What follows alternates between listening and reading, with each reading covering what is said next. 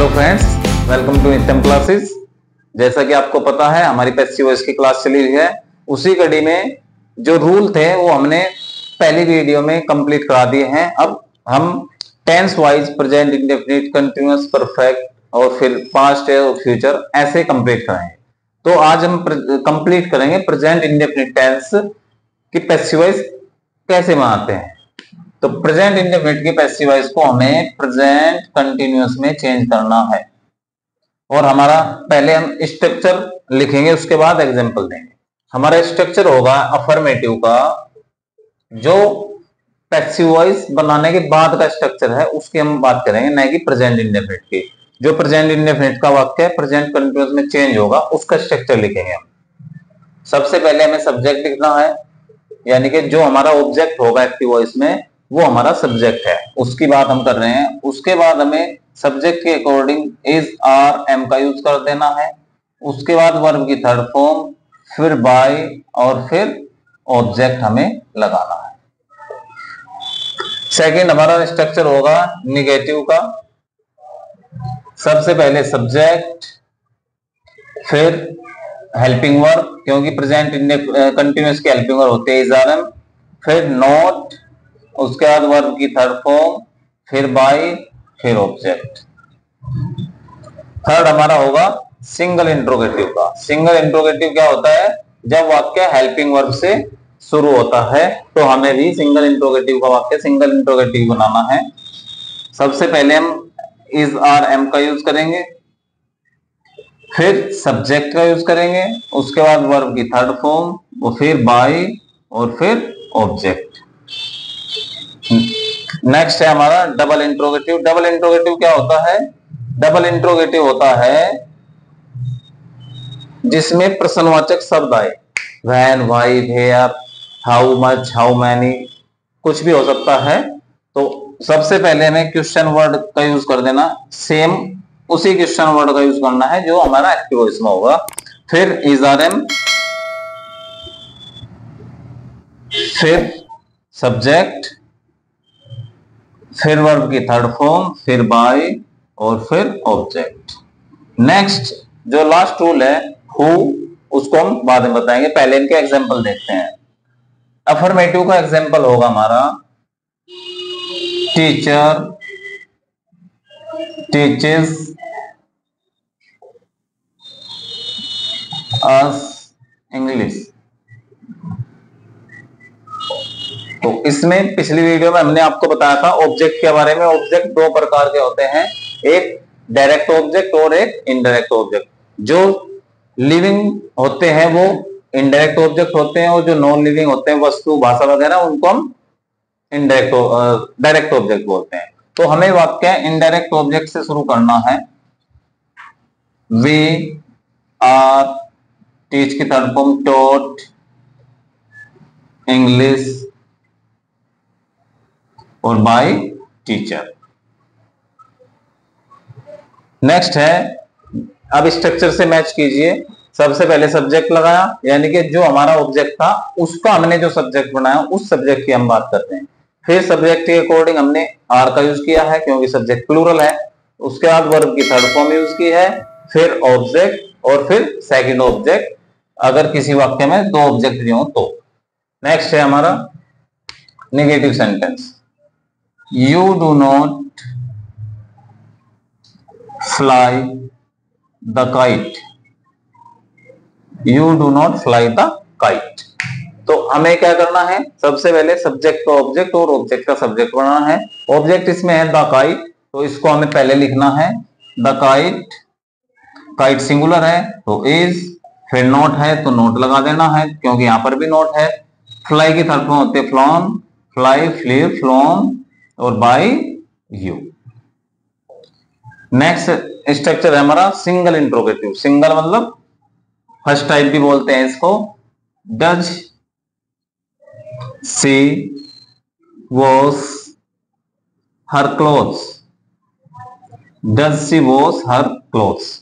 अब हमें क्या करना है? हमें ऑब्जेक्ट का सब्जेक्ट बनाना है हर क्लोथ्स।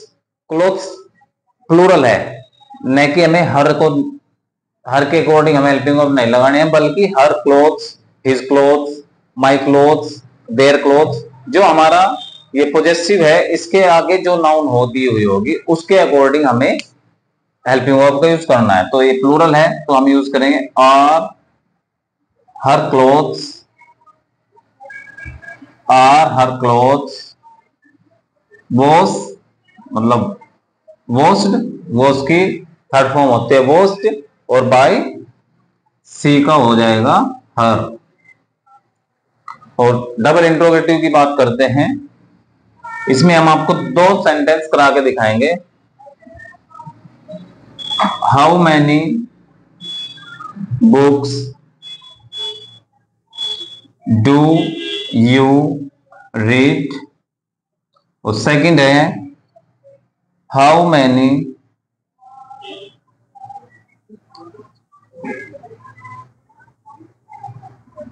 Boys play hockey. अब इसको देखते हैं, इसमें क्या करना है हमें, हमारे पास सब्जेक्ट ये है और ऑब्जेक्ट हमारा हाउ मैनी बुक्स ही हमारा ऑब्जेक्ट है और हाउ मैनी बुक्स ही हमारा क्वेश्चन वर्ड है। तो इसको हम शुरू में लिखेंगे हाउ मैनी बुक्स। अब क्या करना है हमें, अब हमें जो हमारा हमने ऑब्जेक्ट का सब्जेक्ट बनाया था, हमारा बुक्स ही हमारा ऑब्जेक्ट बन गया है according to active voice. Passive voice में हमारा सब्जेक्ट भी यही रहेगा हाउ मैनी बुक्स। ये अधिक है तो इसलिए हम इसको आर का यूज करेंगे, how many books are read और बाय यू। अब नेक्स्ट सेंटेंस देखिए, इसमें आया है how many boys play hockey. अगर हम इसमें हाउ मैनी बॉयज को क्वेश्चन वर्ड मान ले तो इसमें कोई भी हमारे पास सब्जेक्ट नहीं बचा है। दोबारा ध्यान दीजिए, हाउ मैनी बॉयज को हम क्या मानना है, ये क्या हुआ हमारा, ये हमारा ऑब्जेक्ट भी है और प्रश्नवाचक शब्द भी है। तो इसमें खेलने वाले कौन है, लड़के ही हमारे खेलने वाले हैं, इसलिए हम इसमें क्या करेंगे, इसमें हम वाक्य को उल्टा लेकर चलेंगे। Hockey is played by how many boys.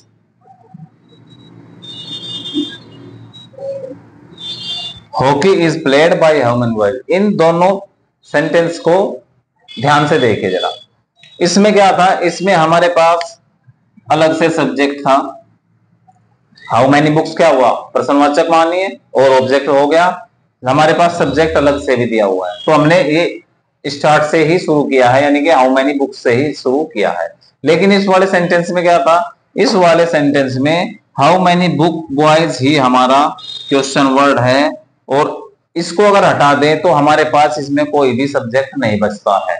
यही तो इसमें हाउ मैनी बॉयज ही हमारा ऑब्जेक्ट है जो हमें सब्जेक्ट मानना है और हाउ मैनी बॉयज ही हमारा प्रश्नवाचक शब्द है। तो ये इस टाइप का वाक्य हमारा उल्टा बनेगा। इसकी हिंदी है हॉकी कितने लड़के खेलते हैं, हमने बनाया है हॉकी कितने लड़कों के द्वारा खेली जाती है। तो नेक्स्ट बात करते हैं हु वाले सेंटेंस की, जो इस प्रेजेंट इंडेफिनिट का जो लास्ट स्ट्रक्चर है, अब उसकी बात कर लेते हैं। वो है हमारा हु, वो मतलब कौन या किसने होता है। हिंदी की बात करेंगे, हु का स्ट्रक्चर हमारा कैसा होगा, सबसे पहले हम हु का बाय हुम बना देंगे, बाय हुम, और सब्जेक्ट के according is are an helping verb. फिर जो हमारा ऑब्जेक्ट होगा एक्टिव वॉइस में उसका हमें सब्जेक्ट बनाना है और फिर वर्ब की थर्ड फॉर्म, फिर अगर किसी सेंटेंस में ऑब्जेक्ट दिया है तो ऑब्जेक्ट लगाना है। मोस्टली वाक्य यहाँ पर कंप्लीट हो जाएंगे। तो सेकंड स्ट्रक्चर भी है इसका हमारे पास। अगर हम हु वाले सेंटेंस को हु से ही शुरू करते हैं तो क्या होगा, हु फिर is are an according to subject, फिर हमारा सब्जेक्ट होगा, फिर वर्ब की थर्ड फॉर्म और फिर अगर ऑब्जेक्ट दिया है तो वो, और लास्ट में हमें बाई लगा देना है। तो अगर हम हु से ही वाक्य शुरू करते हैं तो हमें लास्ट में बाई लगाना है। अगर बाई होम से शुरू करते हैं तो बाई होम के पास लगेगा। कैसे, हु टीचेस यू उर्दू, तुम्हें उर्दू कौन पढ़ाता है। तो अब हमें क्या करना है, हु के लिए हमें क्या यूज कर देना है, बाय हुम। बाय हुम, अब ये हमारा इसमें ऑब्जेक्ट दो है हमारे पास, एक इनडायरेक्ट ऑब्जेक्ट है, एक डायरेक्ट ऑब्जेक्ट है। हमने कहा हुआ है कि इनडायरेक्ट ऑब्जेक्ट से वाक्य शुरू करें, तो by whom are you taught Urdu. अब अगर हम इसी सेंटेंस को दूसरे रूल से बनाए, हु वाले रूल से ही अगर हम इसको बनाते हैं तो क्या होगा, हु यू से ही स्टार्ट करते हैं, तो are, who are you taught Urdu by. अब बाय को हम सबसे लास्ट में लिखते हैं। तो दो तरीके से हम सेंटेंस को बना सकते हैं, स्ट्रक्चर से मैच करते हैं। सबसे पहले बाय होम लिया है, फिर इजारम आया है, फिर सब्जेक्ट, यानी कि जो हमारे एक्टिव वॉइस वाले वाक्य में ऑब्जेक्ट था उसको हमने सब्जेक्ट बना है, फिर वर्ब की थर्ड फॉर्म, फिर सेकंड ऑब्जेक्ट जो हमारे पास हो। तो और इसमें क्या है, इसका स्ट्रक्चर मैच करते हैं। हु का हु लिखा है, फिर इजारम लगाया है, फिर जो ऑब्जेक्ट था उसको सब्जेक्ट बनाया है, वर्ब की थर्ड फॉर्म, और फिर जो हमारा ऑब्जेक्ट आया वो उसके बाद बाय का यूज हमें कर देना है। तो इस तरीके से आज हमने प्रेजेंट इंडेफिनिट के जो पैसिव वॉइस होती है उसको कंप्लीट कर दिया है। तो आशा है आपको ये क्लास अच्छी लगी होगी। नित्यम क्लासेस से जुड़े रहने के लिए आपका बहुत बहुत आभार। Thank you so much.